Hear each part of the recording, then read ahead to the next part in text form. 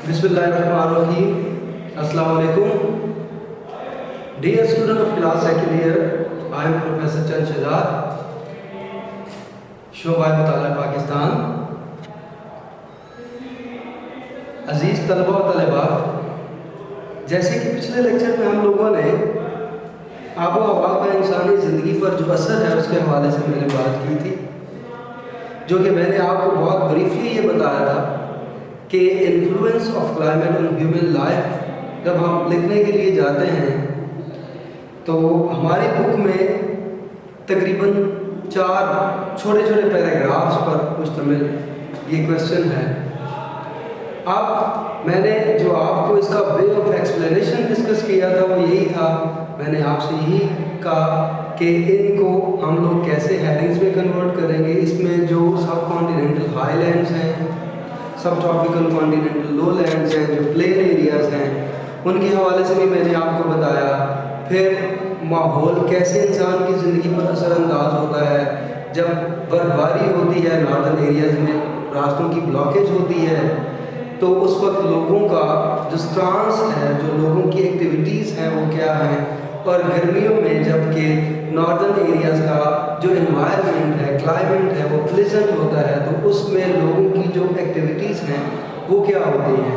तो एक briefly discussion की जिसमें मैंने आपको 10 to 11 हेडिंग्स लिखवाए, जिसमें मीडियोज़ ऑफ पाकिस्तान हमारा लास्ट हेडिंग था पिछले लेक्चर में, जिसमें बहुत क्लियरली आपको ये पता चल गया कि how to explain the question. ये लॉन्ग क्वेश्चन नंबर 3 है बेटा, influence of climate on human life.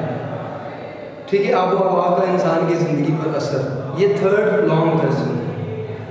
और मैंने आपको इस क्वेश्चन के आगाज़ में ये भी बताया था कि ये वो क्वेश्चन है जो एनुअल एग्ज़ाम में आ चुका है।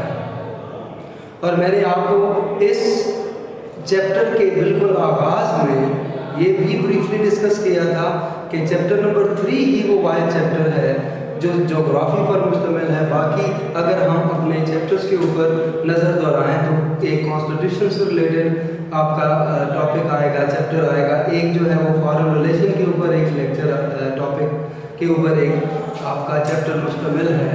इसी तरीके से कॉन्स्टिट्यूशनल डेवलपमेंट, फिर हिस्ट्री के हवाले से बहुत से चैप्टर इसमें दिए गए हैं। तो ज्योग्राफी के हवाले से चैप्टर नंबर 3 वाइड एक ऐसा चैप्टर है जो इसमें इंक्लूडेड है। तो आज हम लोग पाकिस्तान जियो स्ट्रैटेजिक पोजीशन पढ़ेंगे और इसमें मैंने आपको ब्रीफली ये डिस्कस करना है। हो सकता है इसके ऊपर 1 या 2 लेक्चर हमारे हो जाए। तो पाकिस्तान जियो स्ट्रैटेजिक पोजीशन हमारा आज का टॉपिक है। पाकिस्तान जियो स्ट्रैटेजिक पोजीशन, ये टॉपिक है। पाकिस्तान की जोग्राफियाई और तस्वीराती जो अहमियत है, अच्छा ये जो टॉपिक है ये भी बहुत इम्पॉर्टेंट टॉपिक है। आपको ये बात याद होनी चाहिए कि जो टॉपिक मैं डिस्कस करूँगा मैं आपको रेफरेंस भी देता जाऊँगा कि कौन कौन से टॉपिक ऐसे हैं जो एनुअल एग्ज़ाम में आ चुके हैं और जो नहीं आए वो उससे भी ज़्यादा इम्पॉर्टेंट है। क्योंकि अगर हम लोग पिछले 5 सालों के पेपर्स को स्टडी करें तो बहुत कम ऐसे क्वेश्चन हैं जो रिपीट हुए हैं। इसलिए जो नहीं आ रहे या नहीं आ चुके हुए क्वेश्चन वो उनके आने के चांसेस ज़्यादा होते हैं। ठीक है, ठीक हमारी तरह जो पेपर सेटर होता है वो भी पेपर्स को उठाता है और देखता है कि कौन से क्वेश्चन आ चुके हैं और कौन से क्वेश्चन नहीं आए। इसलिए जितने भी पेपर सेटर्स हैं उनकी कोशिश यही होती है कि वो क्वेश्चन दें जो एग्ज़ाम में नहीं आया। और दूसरा ये कि क्या वो 1 मार्क्स की जो पूरा उसका एक डेविएशन है, आप उसको कह लें, विड्थ है, उसको कह लें, क्या वो उसके मुताबिक सूटेबल है कि 1 मार्क्स के लिए ये क्वेश्चन दिया जा सकता है। तो इसका जो फर्स्ट पॉइंट है जो स्ट्रैटेजिक पोजीशन का, इसमें हम सबसे पहले डिस्कस करेंगे सेंट्रल पोजीशन ऑफ पाकिस्तान की आलम इस्लाम में मरकज़ी अहमियत क्या है। आप 1978 में, ठीक है, यहाँ पर लीबिया के जो वाइस प्रेसिडेंट हैं, वो जब पाकिस्तान का दौरा उन्होंने किया तो उन्होंने अपने अल्फाज में ये डिस्कस किया कि Pakistan is located in the heart of the Muslim world, कि पाकिस्तान की जो यहाँ पर जोग्राफियाई अहमियत है, तो इस पे बेटा आप ये डिस्कस करेंगे पाकिस्तान की किस तरीके से जो है वो आलम इस्लाम के मरकज़ में लोकेट करता है। अगर हम लोग साउथ की तरफ देखें, साउथ वेस्ट की तरफ देखें, तो ईरान के साथ अफ़गानिस्तान से आगे आएंगे तो वाखान का बॉर्डर है, वाखान से इस तरफ निकलेंगे तो उसमें तुर्कमानिस्तान है, उज़्बेकिस्तान है, ठीक है, ताजिकिस्तान है। वो तमाम के तमाम सेंट्रल एशियन स्टेट्स हैं जिन्होंने सोवियत यूनियन टूटने के बाद रशिया से आज़ादी हासिल की, ठीक है। उसके साथ इस तरफ अगर जाएंगे तो साथ ही जो है वो इस्लामिक कंट्रीज़ हैं, सीरिया आता है, जॉर्डन आता है, सऊदी अरेबिया आता है। तो साथ तो पाकिस्तान अगर इसको मरकज़ी अहमियत या हैसियत इसको इसलिए दी जाती है क्योंकि अगर ऑल अराउंड देखा जाए तो इंडिया में भी 40% मुसलमान रहते हैं।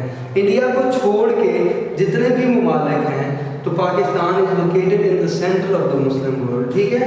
तो इसमें आप हवाला देंगे 1978 में वाइस प्रेसिडेंट ऑफ लीबिया, ठीक है ना, अब्दुल सलाम जालूद आए थे यहाँ पे, अब्दुल सलाम जालूद। तो उन्होंने आकर यही कहा कि Pakistan is located in the centre of the heart of the Muslim country, कि पाकिस्तान जो है वो मुसलमानों का दिल है। ये एक इम्पॉर्टेंट चीज़ मैंने डिस्कस करनी थी, ठीक है। और इसमें importance in the world politics, ये हमारा सेकंड पॉइंट है, importance in the world politics, ठीक है। तो यहाँ पर पाकिस्तान की मरकज़ी हैसियत, यहाँ पर सियासी अहमियत पाकिस्तान की क्या है। सियासी अहमियत ये है कि व्हेन पाकिस्तान गॉट इंडिपेंडेंस तो सेकेंड वर्ल्ड वॉर को ख़त्म हुए सिर्फ 2 ही साल गुजरे थे और यूनाइटेड नेशन का एक इदारा कायम हुआ था सेकेंड वर्ल्ड वॉर के ख़त्म होने के बाद। अगर हम लोग ब्रीफली इस पर डिस्कस करें तो when the second world war was started in 1939, when Pakistan didn't get independence, उस वक्त सब कॉन्टिनेंट बड़े सगीर पाक व हिंद था जिसमें हिंदू और मुस्लिम अपने अपने हकूक़ की जंग लड़ रहे थे और कांग्रेस मिनिस्ट्रीज जो है वो स्टार्ट हो चुकी थी और मुसलमानों पर जुल्म सितम का एक सिलसिला जारी हो चुका था।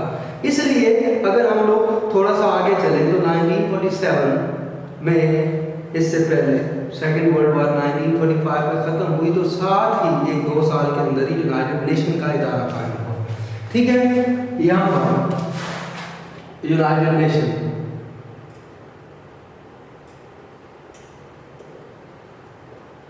यूनाइटेड नेशन में general assembly, international security council, इसके अलावा सेक्रेटरीट और ये तमाम वर्ल्ड बैंक भी इसके साथ इंटरेक्शन है, उसकी IMF का भी इंटरेक्शन है इसी के साथ ही। तो ये इदारे कायम हुए। अब इस दौर में 2 बिग पावर्स थी, एक रशिया और दूसरी अमेरिका।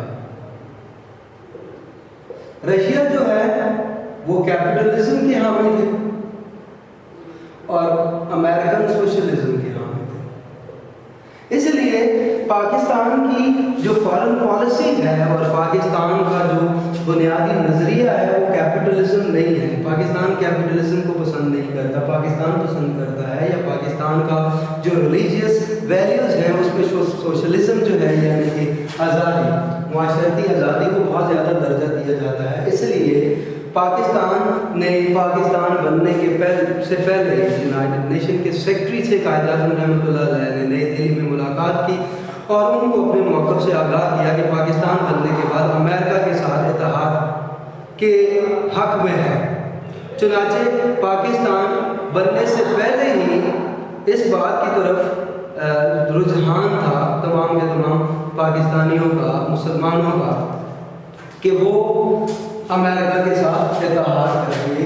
चुनांचे यही वजह हुई कि when Russia invited Pakistan prime minister mister Liaquat Ali Khan, इसमें रशिया के और अमेरिका के दोनों की तरफ से दावत दी गई थी पाकिस्तानी प्राइम मिनिस्टर को, जिसमें रशिया की इन्विटेशन को अवॉइड करके अमेरिका चले गए 1951 में मिस्टर लियाकत अली खान, और उस पर जाकर नेशन थ्योरी के ऊपर एक बहुत बड़ी स्पीच की और यूनाइटेड नेशन में अपने मौक़िफ़ को ज़ाहिर किया, उसका इज़हार किया कि क्या क्या वजूहात थी जिसमें मुसलमानों के लिए पाकिस्तान बनाना और एक अलग मुल्क बनाना नागज़ीर हो चुका था। ये तमाम के तमाम मामलात हुए। सो पाकिस्तान जॉइन अमेरिका, ठीक है। ये दो बिग पावर्स थी, अमेरिका और रशिया। रशिया सोवियत यूनियन के नाम से, सोवियत यूनियन उस वक्त एक बहुत बड़ा, आप समझ लें कि इत्तेहादी ग्रोह था, जिसमें ताजिकिस्तान, तुर्कमानिस्तान, अज़रबैजान, ठीक है, काज़ाकिस्तान, किर्गिस्तान, ये तमाम के तमाम जो सेंट्रल एशियन स्टेट्स हैं, ये भी सोवियत यूनियन का पार्ट थे, ठीक है। रशिया भी इसमें शामिल था। आज भी अगर देखा जाए तो आबादी के लिहाज से नहीं बल्कि रकबे के लिहाज से, आबादी के लिहाज से चाइना दुनिया का सबसे बड़ा मुल्क है और एरिया के लिहाज से रशिया दुनिया का सबसे बड़ा मुल्क है। चुनांचे हम लोग ये कह सकते हैं कि रशिया इन ममालिक के अलग होने के बावजूद भी रशिया ने अपनी पोजीशन को मेंटेन रखा।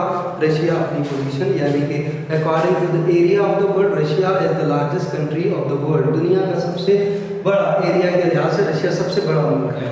आप importance of the Muslim world, अब जब पाकिस्तान ने अमेरिका के साथ इत्तेहाद किया तो अमेरिका ने इस बात का फ़ायदा उठाते हुए सीटो और सेंटो मुआहदे किए।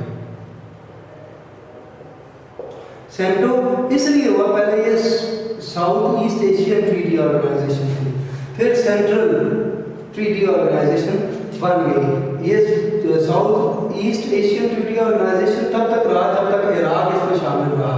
जब इराक ने इसे विड्रॉ कर लिया तो सीटो सेंटो में कन्वर्ट हो गया। सीटो का मतलब है south east Asian treaty organisation और सेंटो का मतलब है सेंट्रल ट्रीटी ऑर्गेनाइजेशन। तो ये सीटो और सेंटो मुआहदे क्यों हुए, ये क्या था एक्चुअली, हम लोगों ने पहले इसको डिस्कस किया कि सेकेंड वर्ल्ड वॉर 1939 को स्टार्ट हुई, 1945 में ख़त्म हुई। अब 1945 में जब हिरोशिमा और नागासाकी पर अटैक हुए, अमेरिका ने उन दो शहरों को मुकम्मल तौर पर तबाह कर दिया, तो जाहिर है एक जर्नल और एक जेन्युइन बात है कि इसके बाद अमेरिका को भी थ्रेट्स थे कि कहीं ऐसा ना हो कि रशिया या जापान क्योंकि उस वक्त भी जापान की बहुत ज़्यादा वेल रेपुटेटेड कंट्री था, बहुत अच्छे उसके ताल्लुकात, रिसोर्सेज थे, ठीक है।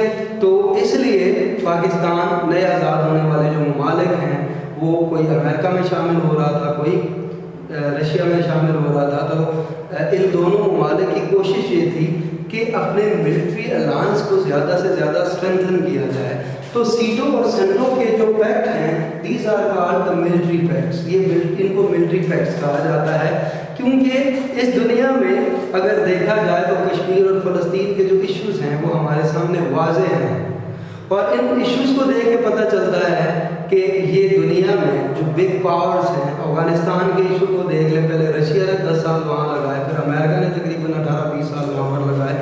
तो ये दुनिया का निज़ाम बिल्कुल एक समंदर की तरह है, और समंदर में जिस तरीके से छोटी मछलियाँ बड़ी मछलियों का चारा बनती हैं, बड़ी मछलियाँ छोटी मछलियों को खा जाती हैं, इस दुनिया में जो लिविंग ऑर्गेनिज्म के साथ साथ ह्यूमन हैं, human being are also related with this kind of nature, वो भी इसी नेचर के मालिक हैं कि जो बड़े मुल्क हैं वो अपने पावर शोज करते हैं, वो अपनी पावर्स को शो करने के लिए छोटे ममालिक पर अटैक करते हैं, ان کو زیادہ سے زیادہ ڈیگریس کرنے کی یا ڈیگریڈ کرنے کی کوشش کرتے ہیں، ٹھیک ہے، ان کو ڈی مورلائز کرنے کی کوشش کرتے ہیں۔ یہی وجہ ہے کہ آپ سیٹو اور سینٹو جب معاہدے ہوئے تو اس میں پاکستان جو ہے انہوں نے، اور دوسرا یہ کہ جب سیٹو سینٹو معاہدے کیے تو اس کے بعد پاکستان امریکہ کا تابع دار بن کر رہا پوری زندگی، ٹھیک ہے۔ پاکستان نے وہی موقف اپنایا جو امریکہ نے ان کو کہا۔ اس لیے آنے والے وقت میں پاکستان کے لیے یہ ضروری تھا کہ پاکستان اپنے خیالات کو یا اپنے نظریات کو تبدیل کرے۔ چنانچہ جب 1974 میں انڈیا نے ایٹامک بلاسٹ کیے تو اس پر امریکہ کی جو پالیسی تھی وہ سائلنٹ تھی، سائلنٹ پالیسی کا انہوں نے مظاہرہ کیا۔ اس پر پاکستان کو بہت زیادہ ریزرویشن رہی، انہوں نے کہا کہ ایسا کیوں کیا ہے انہوں نے، بٹ آفٹر دیٹ پاکستان جو ہے نان الائن پالیسی، پاکستان نے نان الائن پالیسی جو ہے وہ اپنا لی، جس کو نان الائن کا مطلب ہوتا ہے بیٹا غیر جانبدار، ٹھیک ہے۔ اچھی بات پر اپریشیٹ کریں، اگر کوئی بری بات کرے تو اس پر تنقید کریں، اس کو کنڈم کریں۔ تو پاکستان نے جب یہ پالیسی اپنائی تو اس میں امریکہ جو ہے اس کو ہوش کے ناخن آئے۔ تو چنانچہ انشاءاللہ جو نیکسٹ پوائنٹ ہے وہ ہم لوگ، یہ لمبا ٹاپک ہے، 2-3 پوائنٹس اس کے رہ گئے ہیں، ٹرانزٹ فیسلٹی جو ہے وہ بھی ہم لوگ ڈسکس کریں گے، اس کے بعد پھر ٹورسٹ اٹریکشن جو ہے اس کو ڈسکس کریں گے۔ تو چنانچہ آج ہم لوگوں نے central position of the Muslim world, Pakistan کی جو ہے مسلم امہ میں یا مسلم دنیا میں پاکستان کی جو مرکزی حیثیت ہے یا اہمیت ہے وہ کیا ہے، ٹھیک ہے۔ اس میں عبدالسلام چہلوت جو کہ لیبیا کے وائس پریزیڈنٹ تھے، when he visited to Pakistan, that he explained his point of view regarding to Pakistan, کہ Pakistan is located in the center of the Muslim world, so it is the heart of the Muslim world۔ تو یہ ان کے الفاظ تھے۔ اور importance in the Muslim in the world politics اس میں یہ تھا کہ جو اسٹرگل کی، جو ہارڈ ورک کیا when the رشیا جو ہے وہ اس نے افغانستان پر بھی اٹیک کیا تھا۔ تو سو ہم لوگ ان کو اگلے آنے والے لیکچر میں باقی جو پوائنٹس ہیں ان کو ڈسکس کریں گے۔ تب تک کے لیے اگر کوئی بھی چیز اس میں سمجھ نہیں آتی تو مجھ سے کوآرڈینیٹ کریں، انشاءاللہ ملتے ہیں اگلے لیکچر میں۔ اللہ حافظ۔